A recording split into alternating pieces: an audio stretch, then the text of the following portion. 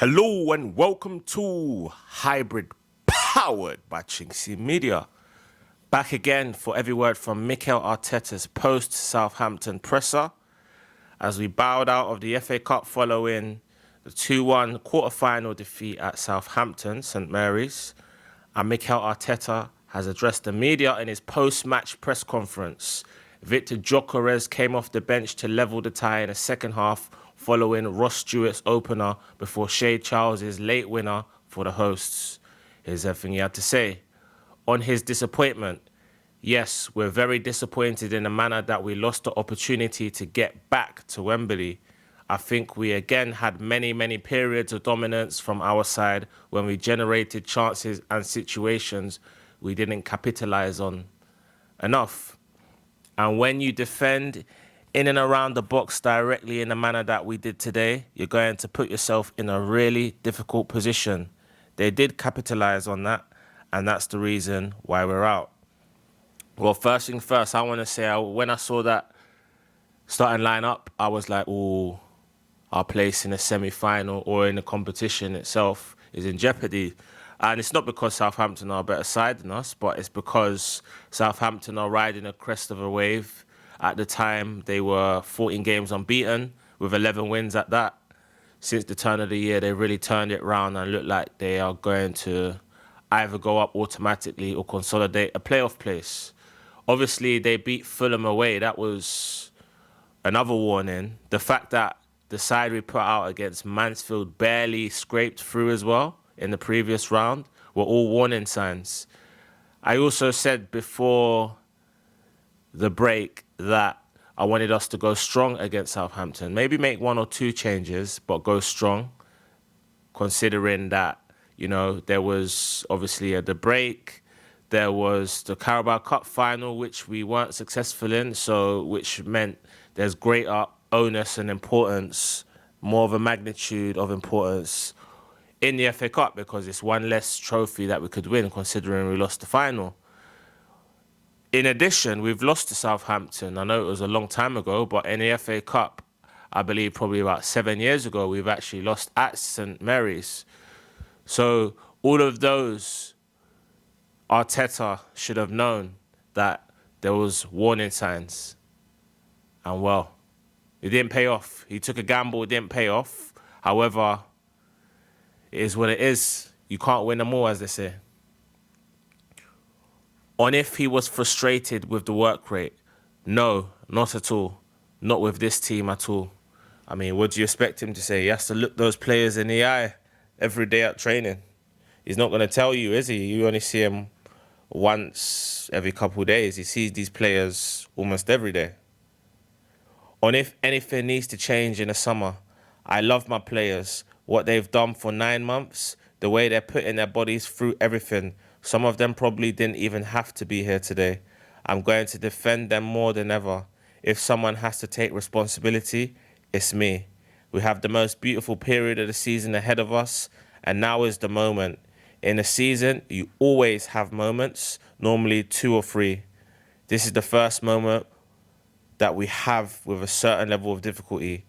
We say difficulty when we're going into the quarterfinals of the Champions League and the runners-up for the league.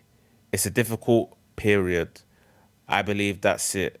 There are many others that are even more difficult. So stand up, make yourself accountable and deliver like we've been doing all season. Okay, answered like a true politician. The question was, does anything need to change in the summer? In the sense that, do the players need to go? Do players need to come in? Or yourself?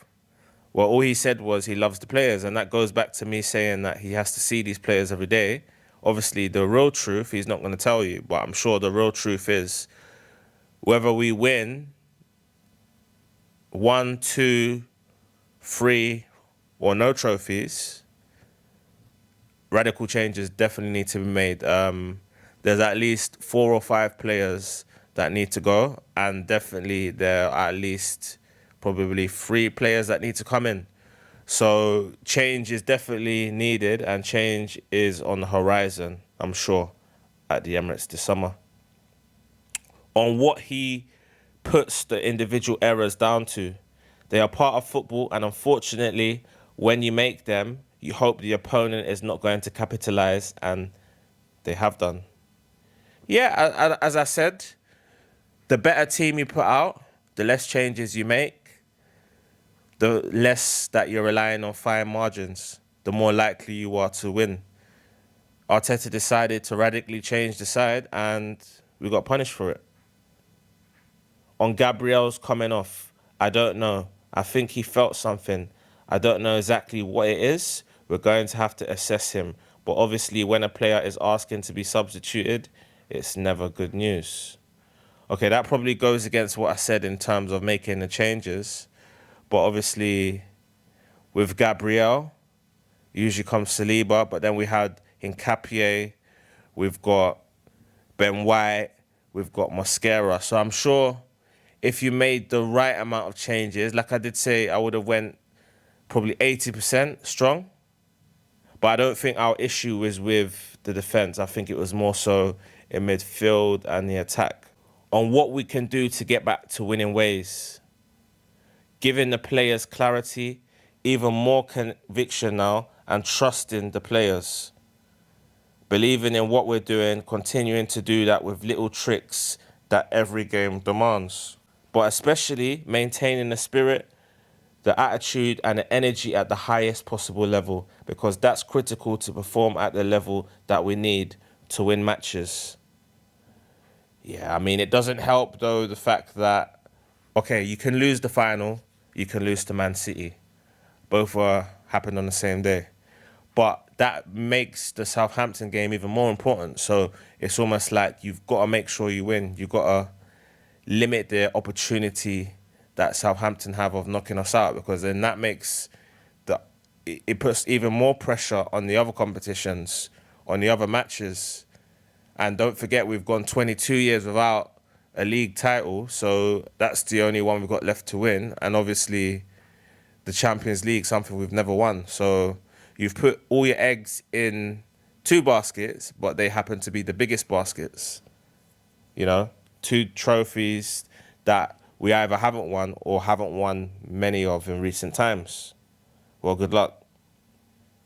On what he made of Southampton's performance, I congratulate them. I think they are a really good side. It's not a coincidence among the rung they're in. And as I said, they were far more efficient than us when it mattered most. And that's why they're at Wembley. So I wish them the best. I mean, I do feel, though, in saying that, despite saying that we made changes, I do feel that after we scored, we was on top and we was actually pressing for the winner, and then we just got hit by a sucker punch. But overall, Southampton played really well. I won't go as far as say they deserved to win, but they played really well, and it would have been harsh if it didn't go to extra time based on the effort and endeavour that they put in and the way they attacked us. On if it's a concern that we look vulnerable when teams attack, I don't know. I think we've played against any kind of behaviours from the opponent. We played 51 games, so imagine the amount of games we've played and won in different ways. I think it wasn't about that. And without taking any credit from Southampton, it was very related to something that, in my opinion, we have to do better. Yeah, I mean, the way I see it was the so-called handbrake that everyone says is always on definitely wasn't on. And that goes to show that when it isn't on, we look vulnerable and we are more prone to having opponents bearing down our goal in quicker fashion. However, with the handbrake on, that's less likely to happen with people like Zubimendi in, with Rice in there. It's more obviously the security guards are there. It's more the locks are on. Whereas without them, with Norgard, with people like that, as you saw, much more vulnerable. On if chasing 4 trophies led us to going out of 2 competitions, no. And I don't want to put any excuses about the players that are missing or the players that are here with issues. It's not the case. Let's look at ourselves in the mirror, accept the situation, and go to Portugal with clarity and look forward to it. The question is, though, could Declan Rice have played that game? I know he missed the England game, or England games, But could he have featured? Could he have been on the bench at the very least? I think so. On if it's a blessing for us to go out of 2 competitions because we fight for the title. I don't know. We are out. So while we are out, we still have that pain. But when that pain goes, we have to use the time we have in the best possible manner to maximize every resource we have to then be better. It reminds me of the period in 2023 where in January we lost to Manchester City in the FA Cup, but we were top of the league. We was also in the Europa League. Then we went out to Sporting Lisbon in the Europa League. I believe it was the quarterfinals, if not last 16. And obviously, bit by bit, our hopes of winning multiple trophies dwindled away, and it was almost like the league or bust. And we all know Man City ended up winning the treble, unfortunately, that season, because Saliba and Tomiyasu got injured in the same game, and we hadn't had adequate cover, but also we lacked experience in being involved in title races, and we unfortunately fell short. On what we need to do next, you have to stop when you're winning, like we've been doing, so that you don't think you're better than you are because you're winning. It's very clear. We've talked about it many times. You have to be very stable in the Premier League in any competition that you play, and we will continue to do that. Well, I hope so. Hello and welcome to Hybrid, powered by chinkseyMEDIA. Back again for every word from Mikel Arteta's post-Sporting Lisbon presser. We left it late, but Kai Havertz's injury time strike in Lisbon gave us a 1-0 first leg win over Sporting in the Champions League quarter-final. And after the game, Mikel Arteta was not surprisingly delighted with the result.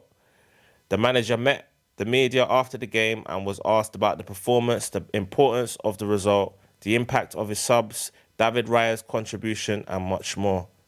Here's everything I had to say. On the emotions after the late win, extremely happy. Obviously, it was a big night, a big moment in the season, especially where we're coming from.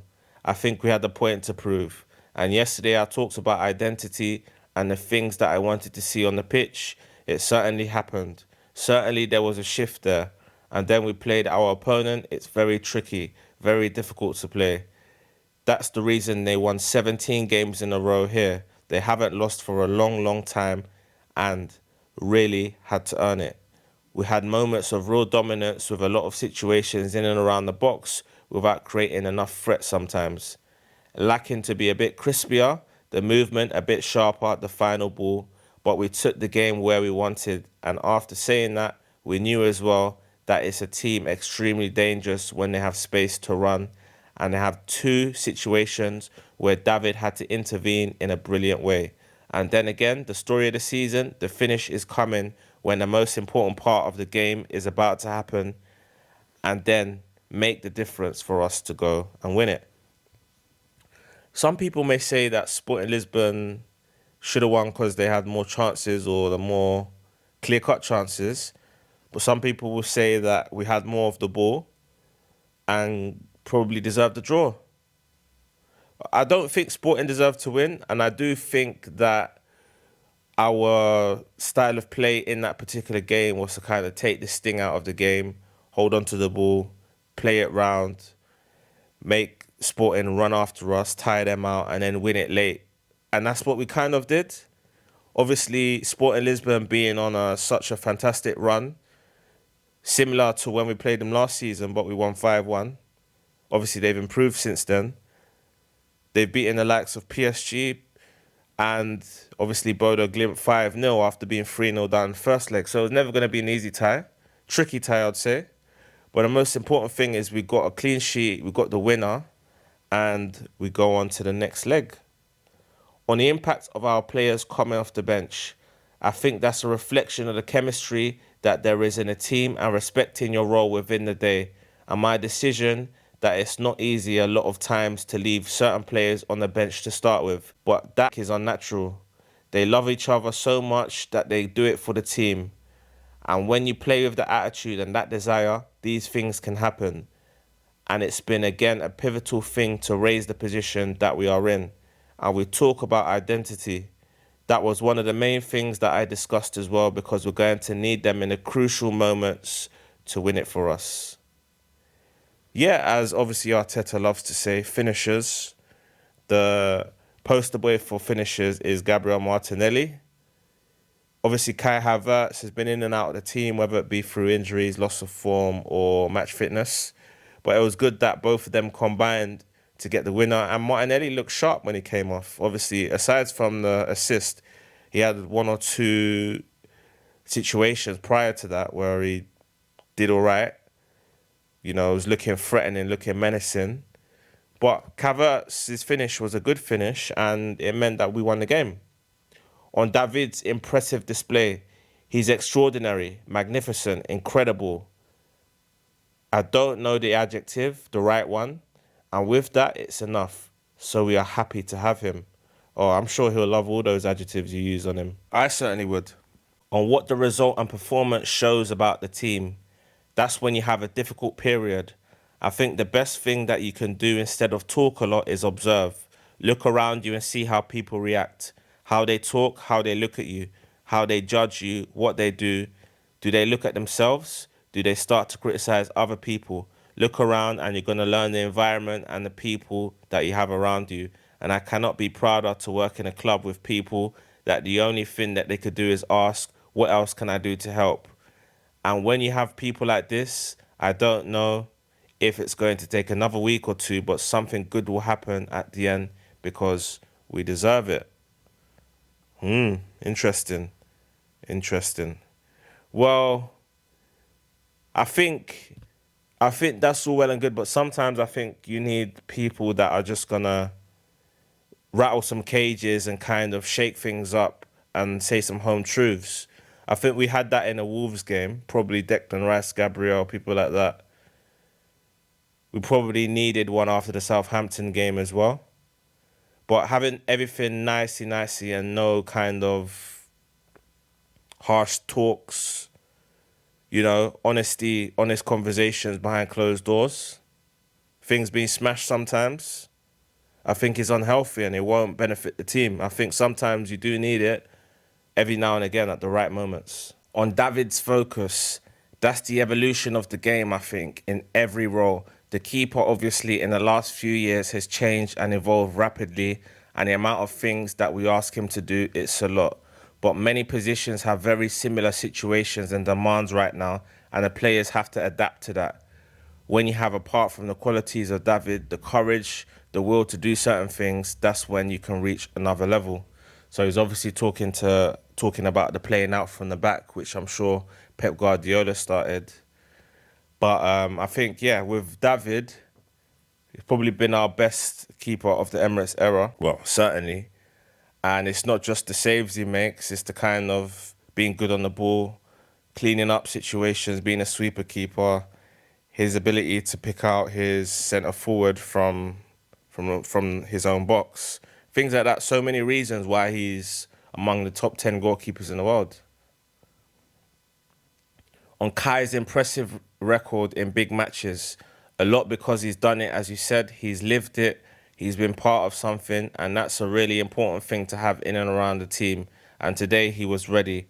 I could see from the disappointment the other day that he wanted to play immediately, and the action of the goal, both from Gabby and him, is fabulous. Yeah, I mean, Kai Havertz finishing is hit and miss. Sometimes from one-on-ones, he can finish well. Sometimes he'll force a good save or blaze it over the bar. So, but it's the main important thing is he got the winner at that point. And you could say smash and grab.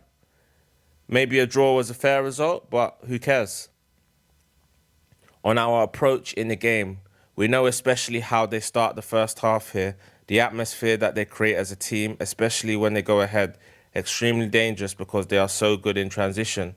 The moment they turn you and they are running, those second actions, they are a team that create big problems. And when you are chasing the game, it's really harder. Yeah, and that's exactly why I said that obviously Arteta's game plan was to kind of take the sting out of the game, pass it round, control it, don't lose the ball. And then more so in the second half, when they're more tired, crank up the pressure a bit and perhaps exploit spaces that they may leave when they get desperate in trying to get a win that they may feel they'll need to have a best optimum chance of going through. And that's exactly how the game played out. On the mood in the dressing room and the belief it gives. Yes, because the demands from August is win and win and win. And if you don't win, it's a disaster and it's not enough. You don't win 4 trophies and what are we doing? So that's fine. But they need some perspective, especially from my side, a big reminder of what we are as a team and the things that have brought us to where we are at. Take it, live the present, do your best, and let's see what happens. Well, I mean, the quadruple was always going to put pressure on us, but it started off with are we going to beat the Chelsea defensive record stat? When that went, then it went to the quadruple. Then when that went, it went, can we win the treble? When that's gone, it's now, can we win an unprecedented double where Arsenal have never won the Champions League before and we haven't won the Premier League in 22 years? Well, something's got to give. On using this as a template for the rest of the season. In a lot of things, yes, and especially in the things that depend on us, and it's nothing to do with quality or execution. Those are the things that have brought us here. The rest, we have it. It will be moments. It is better or not that efficient. But those ones, if we maintain them, we have a great chance. Well, it's going to be interesting to see how Arsenal end the season. But one thing's for sure, that is a great win against Sporting side who have been phenomenal at home for 2-3 years now, apart from when they seem to play Arsenal. On Victor saying goodbye to the supporters after full time. Well, I didn't know that, but I'm really happy to hear that because I know how he felt in a manner that he had to leave as well. I know when a big player leaves a big club, it's never easy. But if that has been the case, it tells a lot about the culture and the supporters here, and as well what Victor meant to them and what Victor did for them. So I'm sure he's very happy with that. Yeah, Victor Gyökeres was definitely a legend for Sporting in his 3 seasons there. Scored many goals, won many trophies, and that's the reason why Arsenal signed him for such a big fee. Let's hope that he can win trophies for Arsenal, though. Hello and welcome to Hybrid, powered by chinkseyMEDIA. We're back again for every word from Mikel Arteta's post-Bournemouth presser. Mikel Arteta addressed the media following our defeat to Bournemouth in the Premier League. We went down 2-1 in N5 to the Cherries, as Eli Jr., Krupi and Alex Scott's goals were enough to overcome Victor Gyökeres' first half penalty. Here's everything he had to say. On today's result, it's extremely disappointing. It's a big punch in the face. But what I said to the boys, now it's about how we react to that, because it's game on. It's going to require now a big spirit, a lot of fight, and it's very clear how we're going to approach that. There are no grey areas. We are in, we are out. We need to be very, very strong and determined to approach it in a different way than we've done already, especially when the game wasn't going our way. Well, losing to Bournemouth took away our leeway, took away our margin for error.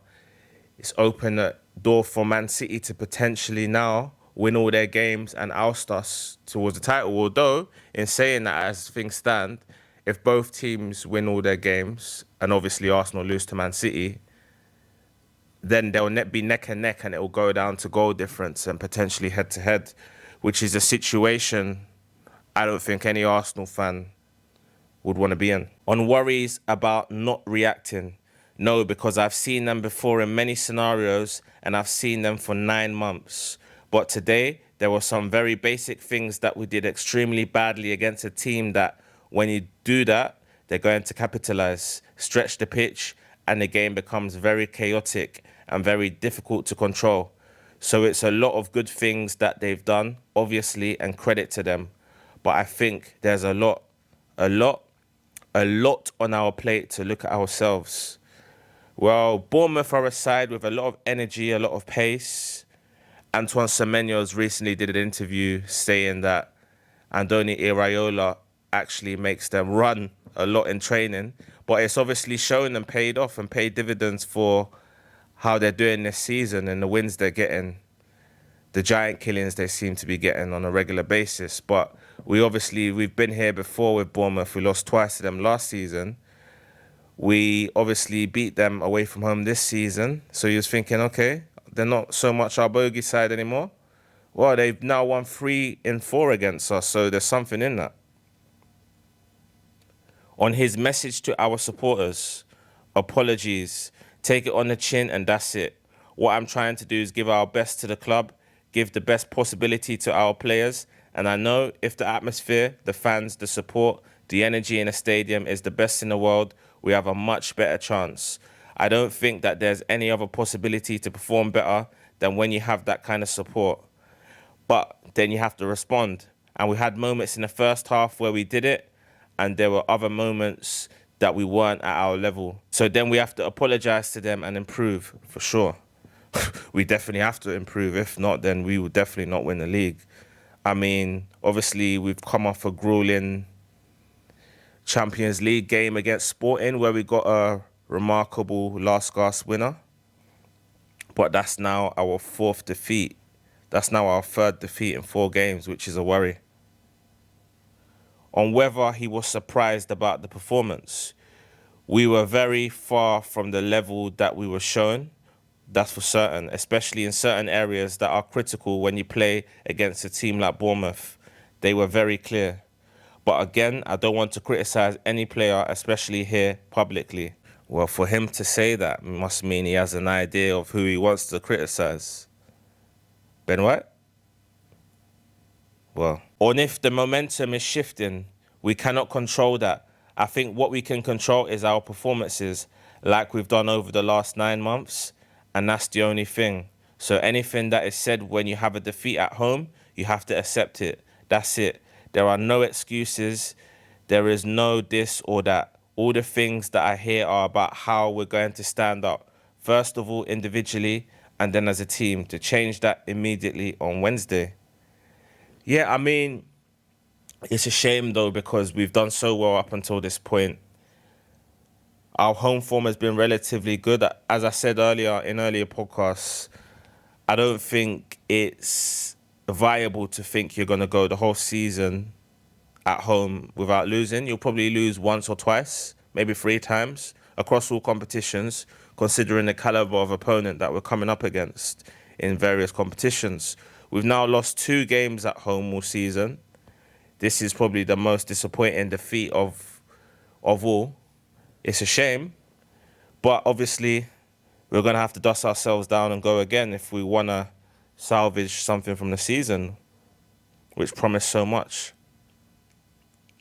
On the areas we needed to improve, there were a lot of situations. I don't want to go into that detail. They were quite obvious, and we need to do that much better in order to have certain control and dominance in the game. Otherwise, it's difficult. You could make a case for saying that the players are tired. Zubimendi, Rice, they've been strained. They've played a lot of games, but that's come as a consequence of the midfield being light, Marino being injured, Wanyeri going out on loan. So there's only really Norgard that can come in unless you put Havertz in the midfield. So we're quite light in midfield, which has put strain on Zubimendi, and as a result, his recent performances have dipped. On updates on Calafiori, Odegaard and Saka, no. And on Martin Odegaard as well, no. Bukayo Saka too. We don't have an update yet. Well, remember this proclaimed strong squad that we have, strongest squad in Europe that we supposedly have. Well, let's prove it. Madueke, Hincapié, Havertz, it's time to show your worth. On whether there is tiredness in the team, I don't want to pull those excuses because we've been playing so many games now every 3 days. We're going to have to continue to do that. So that's the context. That's the scenario. We have to embrace it and especially enjoy the opportunity. That's one of those things that I haven't seen from the team today, that level of enjoyment in certain moments. and the fight that we have to really change the course of the game where it gets difficult. We're going to have different contexts from here to June, and we need to be able to adapt and resolve all of them if we want to achieve what we want to achieve. That's clear. So it's almost like Mikel saying yes without saying yes. That is kind of caught up with us, the amount of games that we've had to play this season. But it's not something that I'm going to use as an excuse, because I felt like in the summer we used it to increase our depth. However, the January window was there for us to use and we didn't use it. Man City did. They brought in Mark Guehi and Antoine Semenyo. And I think only time will tell whether not signing anyone in January, considering Marino was injured and Wanyeri went off on loan, was the right decision. On the emotions in the stadium, that's clear. That's emotion. It comes from the right place, and it's not a day for sure to demand anything. That's what the fans have done. Well, the fans did their bit. They came in with their sandwiches early as you asked them to. So it's down to the players to perform on the pitch. And unfortunately, you could argue this was our worst result of the season. No, I don't think it is an argument. It certainly was our worst result of the season, which is a real shame, because we could have went 12 points clear at this stage. On a challenge of turning around the momentum, we know what is at stake, and the fact that as a club we haven't done it for so long is a reason for that. It talks about the difficulty. But I just want to focus on the things that we can control, dominate, and we have done. It's not like we have to do a lot of new things that we haven't done.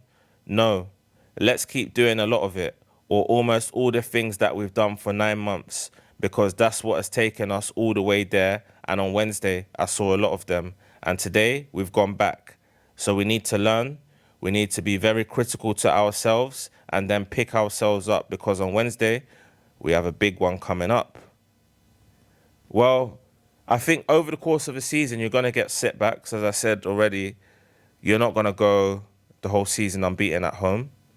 However, it's how you bounce back from them, and it's limiting how long a setback lasts for, because I think 3, 4, 5 games becomes a crisis. 3 defeats in 4 isn't a crisis considering how well we've done this season, and it's only 1 defeat in the league of the 3, that is. But if it continues, then it's a real worry that the wheels will fall off and Man City will capitalise on it, as they have done in previous years, not just to us, but to Liverpool as well. On if nerves and tension are affecting the performances, we need everything. First of all, we need everybody fit and available. So the ones that are not involved, the ones that are not with us, that are really big, important players, we need them immediately with us, because we're going to be much stronger. And then the other ones, we need to stand up. Me, the first one, and embrace this challenge and go for it. So today we have to suffer. It's painful. It's a terrible feeling, but tomorrow is a different day. And if somebody has said to me in August, we are in this position right now in April, I'm sure we would all take it. Well, I mean, he's obviously referring to Jurriën Timber, Bukayo Saka, Martin Odegaard, Calafiori being out injured. But that's, like I said, what we built a squad for. Hello and welcome to Hybrid, powered by chinkseyMEDIA. We're back again for every word from Mikel Arteta's post-Sporting Lisbon presser at the Emirates. After seeing us qualify for the semi-finals of the Champions League once again by beating Sporting CP 1-0 on aggregate, Mikel Arteta answered questions from the media gathered outside the Emirates Stadium. He spoke about making history, the captaincy, the tension of the 2 legs, and his post-match emotions, as well as much more. Here's everything he had to say. On writing our own history, my message was gratitude to them. I know the effort, the commitment that they put in. There's been a lot of work behind it. We've done something that has never been done in the history of our club in 140 years. So that tells you the difficulty of that. We have had to do it as well in a very special way, missing a lot of important players. So big credit for that. I'm especially happy for our supporters because they were right behind the team today, and we're going to have 2 magical nights, one in Madrid and another one here in London against Atletico. So I'm very proud of them. Yeah, I think Mikel, you got to be careful with statements like that saying, oh, we've made history and I've done something that the club hasn't done before or in 140 years, because you know the fans just want to win. So if you keep saying you've done things, unprecedented things, but you don't win, just like a couple of years back when we went on such a run but didn't win the league, we've obviously got 89 points, scored more goals than the Invincibles and so on and so forth, but you don't win, it counts for nothing. So you got to be careful with those type of things and statements. On the physical strain on our players, when I see them tracking back when we lose the ball, the habits that we have are just amazing. That's why I know what they are doing. These players, that is the reason why we are the only English team in the competition, because this league and this schedule takes the hell out of you. And it's very difficult to do what we've done. We are not perfect. We need to improve things, that's for sure. We recognise that, but there's value in what these players have done because they deserve it. Once again, Mikel, you got to be careful with what you're doing with saying that, oh, we're the only team remaining from England in the Champions League. What does that mean if we don't win it? Man City have won it. They played Real Madrid. We played Bayer Leverkusen and Sporting Lisbon. Chelsea have won it twice. You know, so it's a dangerous game we play in. Obviously, you know, screaming our achievements or so-called achievements, but it's only an achievement if we win it. Otherwise, what's the point? On Noni Madueke's fitness, I don't know. It was something in his knee, so we had to take him off. So I don't know. Well, I guess we'll find out, eh? Because I remember if there's a video on the channel of him in a knee brace after the England game, and a week or two later, he was starting. So we'll find out. On the energy the team gave, I saw it in moments of difficulty when we give the ball away in circumstances that are not very much like us. How willing everybody is. Declan yesterday was shattered. He had no chance to play today. He wasn't feeling good at all. Today, he played 94 minutes at the level that he's done. Every single player is putting everything on the line to contribute, to give his best, and I really value that from the team. And that's why I said the other day against Southampton, I know Declan Rice was able to play that game, because if you factor in the fact that he's played most of last season, if not all of it, with pain in his leg after getting injections, then I know for a fact he was rested and he wasn't injured against Southampton. And we paid the price for that, because I don't think our midfield can perform to the level it needs to be without one or both of Zubimendi and Declan Rice. And that's even considering both are shattered and Zubimendi has lost form. On whether performances matter in these games, it does. And you have to be better than the opponent. I think we had many periods in the game when we were there, but we didn't score the goal. We didn't finalise the action well enough. We have many other things that are very important to get the result that you need in a tie. At this moment as well, it's about the way you compete, and when you're going to go and win titles, that's what's going to define moments. We certainly did that tonight. I'm a bit worried though, because obviously this theme of Arteta saying we didn't finalise the action, we wasn't clinical enough, is something he says in most press conferences. But in this one, I give him a bly, because we did what we needed to do to get over the line in the quarterfinal, but then we need to go again and step up a level against Atletico Madrid. On building momentum after a big tie, 100%. This is a massive push to win a semi-final of the Champions League. It's extremely tough, and we know what we've done. We deserve it, fully deserve it as well. And we're going to enjoy it because we deserve it. Yeah, don't enjoy it too much though, because we was here last season. Last season, we were runners-up in the league and got to 2 semi-finals. This season, we were runners-up in the Carabao Cup, can only be runners-up or winners in the league, and we're back in the semi-finals of the Champions League. So to go one step further, you'd say we'd have to get to a final of the Champions League and or win the league. Otherwise, we've been stagnant. on why Declan Rice took the armband. They made a decision because Declan has earned it as well. The status, the role, the way he's taken ownership as well in difficult moments. He's a great leader. He's a top player for us, and I love the players to take ownership. It'll be interesting to see if Declan Rice becomes the actual captain of Arsenal, or at least even becomes the vice-captain of Arsenal, considering Saka and Odegaard are currently ahead of him in the pecking order. But one thing's for sure is we've got four main leaders in Martin Odegaard, Declan Rice, Bukayo Saka and Gabriel Magalhaes. On if the outcome over the two legs is fair, I don't know. I'm the Arsenal manager, and I think it's very fair what happened over the last two legs. Staying clear of criticising or antagonising Sporting Lisbon. Guess he likes the manager. Because against PSG last season, he said we were the better team. Hopefully, we get a chance to prove that this year. I'm feeling a tension in a goalless draw. I do, but I prefer to score the goal. And especially when we have the transition, when David throws the ball to Leo to finish the action and the game is finished and it's over. We then don't even give that chance after the long throw and suffer in that manner that we did in that action.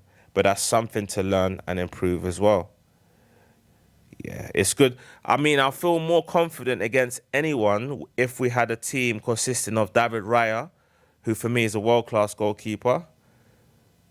Jurriën Timber, for me, one of the best right-backs in the world. William Saliba, one of the best centre-backs in the world. Gabriel Magalhaes, one of the best centre-backs in the world.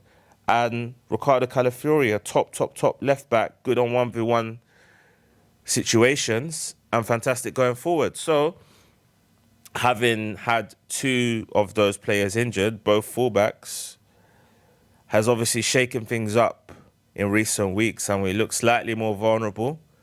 But the likes of Christian Mosquera, Ben White and Piero Hincapié have to step up. On his own emotions after the match, what happens in reality of where we are, I don't know if the context and the reality are very much the same. I wish that we were doing the Arsenal documentary this season and you could film the last 48 hours and everything that has been said. But if we were watching the movie and say, okay, what is Arsenal's place? I think all of us will say they are in the bottom three. What are we talking about, guys? Please enjoy where we are as a club. If someone doesn't want to do it, so be it. We are enjoying it a lot. I feel huge gratitude for what the players are doing and our supporters. So thank you. Arteta's got to be careful with the kind of whole theme of sing your accomplishments when you're struggling, because accomplishments are a subjective kind of theory. Some people will say we've accomplished things. Some people will say we haven't unless we win trophies. And we've had, let's say, 5-6 years of building, but something's got to come to a head this season. Otherwise, significant change has to be made in the summer in some shape or form. Hello and welcome to Hybrid, powered by chinkseyMEDIA. Back again for every word from Mikel Arteta's post-Manchester City presser. The title race is finally balanced after we were edged out 2-1 by second-placed Manchester City. The result moved them to within 3 points of Arsenal, and after the match, Mikel Arteta was asked about the performance, the difference between the two sides, the state of play in the Premier League, and more. Here's everything he had to say on the result and the performance. Very upset with the result, obviously. We came here to win the game. I think the message was clear from 3 days before. We prepared to do that, to play the game to the areas that we believe we could win it. We certainly done that. Even though we started the game with a goal down and psychologically we had to play with that, we've done it. So it proves that we are there. But the reality is in the two boxes today was a difference, and that's what decided the game. Well, first things first, I think Arsenal did play well. A bit harsh to lose the game, but that's what can happen when two evenly matched sides come into battle. We obviously haven't lost to Man City in, I think, 3 years, almost precisely to the day. The last defeat we had was also at the Etihad, the place we haven't won since 2015. That was the 4-1 game. And I think it's the game that changed Mikel Arteta's approach forever. But it's an approach that has got us to compete at the highest level. We're in the Champions League semi-final, don't forget. And we was in 4 competitions just up until a couple of weeks ago. So it may also yield us the title. We still don't know, because if Man City win their game in hand in a few days, as we all expect, they will go above us on goal difference. However, if both teams win all their remaining games, it may well go down to goal difference. But the only thing is, I'm sure, like myself, we all expect Man City to probably pip us on goal difference, just courtesy of their firepower, which they have over us. On if finishing was the difference between the two sides, yes, the stats have been different for the profile of players that they have. We have available as well in certain areas, but the difference was 100%. I think the stats obviously favoured us probably in everything but possession. With expected goals, it favoured us. But however, if we're missing certain players, probably missing 4 or 5 starting players, and I'm not going to say that's the reason we lost, but I'm just going to say that obviously hindered our ability to win the game, really. But I think the reason we lost was because in the moments where we were on top, we didn't take our chances. The Eze chance, when we had various 1v1, or there was actually a situation where I think we had 4-on-2 or something like that, and we didn't take our chances. And at the end of the day, we got punished later on in the game, and that's football sometimes. But we need to just dust ourselves down and give it all our best and have no regrets. And whatever happens, happens. On if he believes his team can still win the Premier League. I believe today, I believe on Wednesday, a week ago, because I see them every day and I know the level that we have. But today, if they need to be more convinced, I think they are now even more convinced. They were talking about it in a dressing room. It's a new league now. They were a game in hand. We have 3 points advantage over them and 5 games to play. So everything is still to play for. So we know how much we want it, and we're not going to stop, and we're going to go again. That's for sure. So as I already mentioned, Manchester City have Burnley. Then they have the FA Cup semi-final on the weekend. We've got Newcastle on the weekend. So we know that we have to do our job and win on Saturday against Newcastle, which will be a tough game. I think the stakes will be rising every single game we play. So the pressure will crank up the closer we get to the end of the season. But if we can win our next 2 games, because we play 2 league games after Man City take on Burnley, so we can effectively go 6 points clear of them, but they'll have 2 games in hand. So therefore, we need to do our bit and hope Man City slip up. On the importance of goal difference in the running, yeah, let's see what happens. It's the Premier League. First of all, to win a game in this league, it's extremely tough. I mean, the fixtures that we both have, it's going to be tough for both of them. You know, we would have already 80 points or 85 points like happened in other seasons, but this is not the case. So yeah, we will prepare game by game and learn from what happened today and do better. Yeah, I think we just need to prioritize winning games, and goal difference, I think we just need to ignore that, because we have certain games where you just want to win and forget goal difference, like Newcastle, Fulham's going to be a tricky game, West Ham. Whereas Man City, you'd probably expect them to win by a couple goals in every game they play, but there are 1 or 2 games where you think, oh, they might actually drop points here. So I think we just got to focus on winning the games and then hope everything else falls in place for us. On what can be improved in attack, that's very difficult. I mean, the margins are, we hit the post, and I just look at the images. It's incredible how the ball doesn't go in. So there is an element of luck. There is an element there of timing, of execution. There's a lot of things that have to be and go your way. They didn't go our way, and we have to recognize that at the end, winning and not winning is going to come down to these moments. And there are certain individual moments that you need in order to achieve what we want. That's for sure. Well, I mean, Mikel Arteta chose the team he chose, the attack, in terms of playing Eze on the left. Eze had a fantastic game. He also played Odegaard, who was okay, obviously for his energy and endeavour and his neat and tidy footwork. But I'm surprised that Eze come off because Eze was having a phenomenal game. Madueke, for me, was poor. There was certain opportunities where he could have went at the fullback and really took it to them, but it seemed like he was either lacking confidence or fitness, or both. So I wasn't surprised that he came off at half-time. In fact, I called it. On his comment regarding profiles of players in both boxes, no, generally the team, I mean, every team has an identity because of the players and the manners that they have. And especially when you play against this opponent, you have to be very clear what you have to do and where you want to play the game. I think we've done that really, really well. Yeah, he's clearly referring to Ryan Sharkey because he's a player that is just one of a kind, really. His ability to just dribble past 3 or 4 players, get into the box and slot it away, keeping his composure.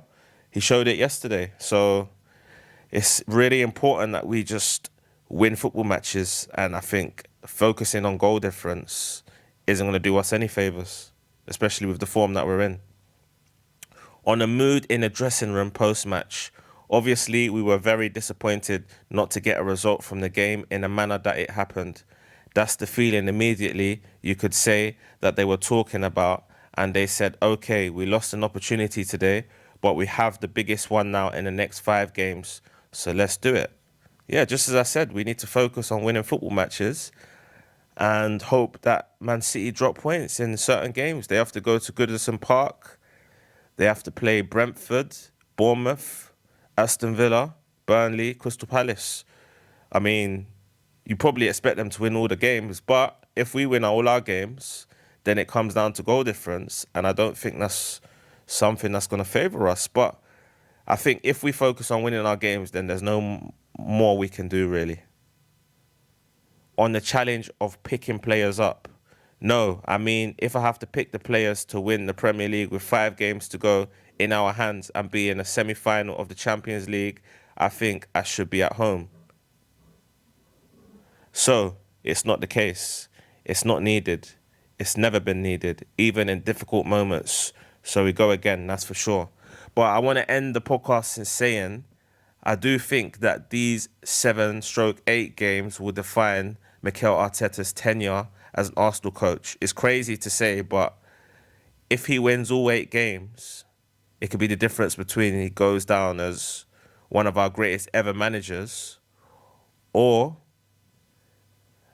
as someone that capitulated in a title race which we were supposed to win. It's crazy how football is, but I mean, it's the cutthroat nature of life and football. But I'm backing the team to win as many games as possible and win at least one of the 2 trophies, if not both.